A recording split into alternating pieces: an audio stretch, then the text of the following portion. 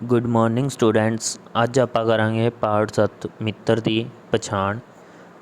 इस पार्ट के विच जो है दस्सिया गया है कि सानू जिहड़ा है मित्र जदों असीं बनाउंदे हाँ यानी कि मित्र की चोण करते समय सानू हमेशा सोच समझ के मित्र बनाना चाहिए है। मित्र उसनूं बनाना चाहिए है जो साडी मुसीबत विच भी कम आ सके। यानी कि सानू जिहड़ा है चापलूसां दियां गल्लां विच नहीं आउणा चाहिदा। जिहड़े चापलूस लोग हुंदे हन उन्हां तो हमेशा जिहड़ी है दूरी बना के रखनी चाहिए ते सानू सच्चे मित्र की जिहड़ी है पछाण करनी चाहिए है। सार देखो इहदा, एक जंगल विच एक कां ते एक हिरन रहिंदे सन। दोवें जिहड़े गहरे मित्र सन, गहरे मतलब पक्के मित्र सन ते दोवें इकट्ठे ही रहिंदे सन। एक वारी एक गिद्दड़ उधरों आन निकलिया, यानी कि जदों ਉਹ ਕਾਂ ਤੇ ਹਿਰਨ ਜਿਹੜੇ ਹਨ ਰਹਿੰਦੇ ਸਨ ਤਾਂ ਉਹਨਾਂ ਦੇ ਵਿੱਚ ਕੀ ਹੋਇਆ, ਇੱਕ ਵਾਰ ਇੱਕ ਗਿੱਦੜ ਉੱਥੇ ਆ ਜਾਂਦਾ ਹੈ। ਹਿਰਨ ਨੂੰ ਵੇਖ ਕੇ ਉਸ ਦੇ ਮੂੰਹ ਵਿੱਚ ਪਾਣੀ ਭਰ ਆਇਆ। ਯਾਨੀ ਕਿ ਜਿਹੜਾ ਗਿੱਦੜ ਹੈ ਉਹ ਇੱਕ ਚਾਪਲੂਸ ਹੈ, ਮੀਸਣਾ ਹੈ, ਮਿੱਠੀਆਂ ਗੱਲਾਂ ਕਰਨ ਵਾਲਾ ਹੈ, ਧੋਖੇਬਾਜ਼ ਜਿਹੜਾ ਹੈ ਉਸ ਨੂੰ ਦਿਖਾਇਆ ਗਿਆ ਹੈ। ਅਤੇ ਉਸ ਨੇ ਸੋਚਿਆ ਕਿ ਇਸ ਨੂੰ ਕਿਸੇ ਤਰ੍ਹਾਂ ਖਾਇਆ ਜਾਵੇ। ਯਾਨੀ ਕਿ ਜਦੋਂ ਉਸਨੇ ਹਿਰਨ ਨੂੰ ਦੇਖਿਆ ਤਾਂ ਉਸ ਦੇ ਮਨ ਵਿੱਚ ਜਿਹੜਾ ਹੈ ਲਾਲਚ ਆ ਜਾਂਦਾ ਹੈ ਉਸ ਨੂੰ ਖਾਣ ਦੇ ਲਈ। ਤਾਂ ਗਿੱਦੜ ਨੂੰ ਵੇਖ ਕੇ ਹਿਰਨ ਨੇ ਉਸ ਨੂੰ ਅੱਗੇ ਵਧਣ ਤੋਂ ਸਾਵਧਾਨ ਕੀਤਾ, ਪਰ ਗਿੱਦੜ ਨੇ ਕਿਹਾ ਪ੍ਰਦੇਸ਼ ਵਿੱਚ ਆਏ ਨਾਲ ਬੁਰਾ ਨਹੀਂ ਬੋਲਣਾ ਚਾਹੀਦਾ।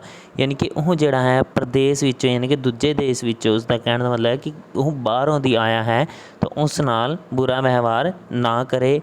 ਤੇਰੇ ਆਸਰੇ 4 ਦਿਨ ਪਿਆਰ ਨਾਲ ਕੱਟ ਜਾਣਗੇ। ਯਾਨੀ ਕਿ ਉਸ ਨੂੰ ਕਹਿੰਦਾ ਹੈ ਕਿ ਉਹ ਉਸ ਦੇ ਨਾਲ ਮਿਲ ਕੇ ਰਹੇਗਾ ਤਾਂ ਉਸ ਦੇ ਵੀ ਜਿਹੜੇ 4 ਦਿਨ ਪਿਆਰ ਨਾਲ ਕੱਟੇ ਜਾਣਗੇ। ਹਿਰਨ ਨੇ ਕਿਹਾ ਤੂੰ ਮਾਸ ਖਾਣ ਵਾਲਾ ਹੈ, ਇਸ ਲਈ ਤੇਰੀ ਸਾਡੀ ਦੋਸਤੀ ਕਿਸ ਗੱਲ ਦੀ।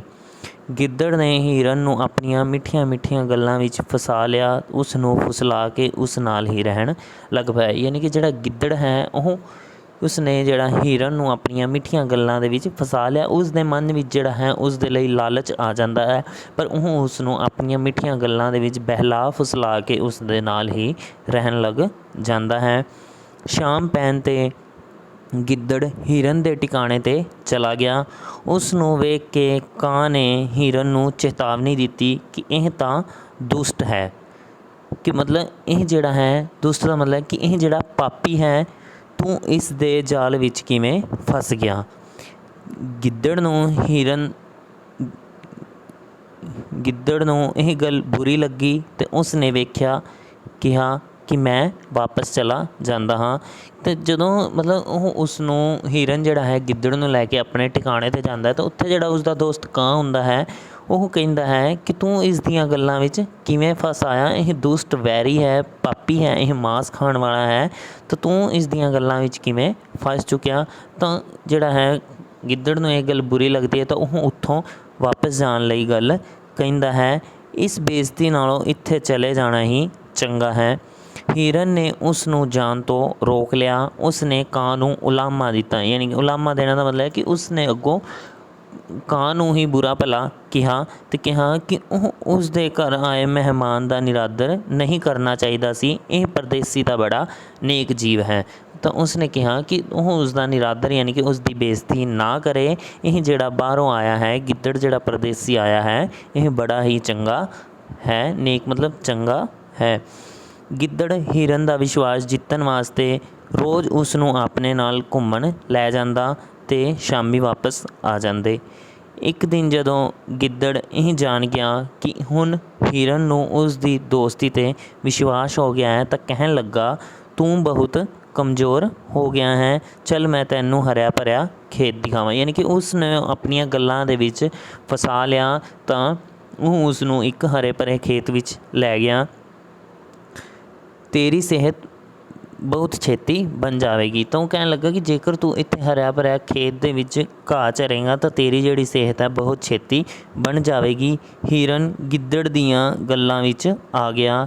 ਖੇਤ ਦੇ ਮਾਲਕ ਨੇ ਜਦ ਰੋਜ਼ ਖੇਤ ਚਰਿਆ ਵੇਖਿਆ ਤਾਂ ਇੱਕ ਦਿਨ ਦੁਖੀ ਹੋ ਕੇ ਉਸਨੇ ਜਾਲ ਵਿਛਾ ਦਿੱਤਾ ਅਤੇ ਹਿਰਨ ਇਸ ਜਾਲ ਵਿੱਚ ਫਸ ਗਿਆ।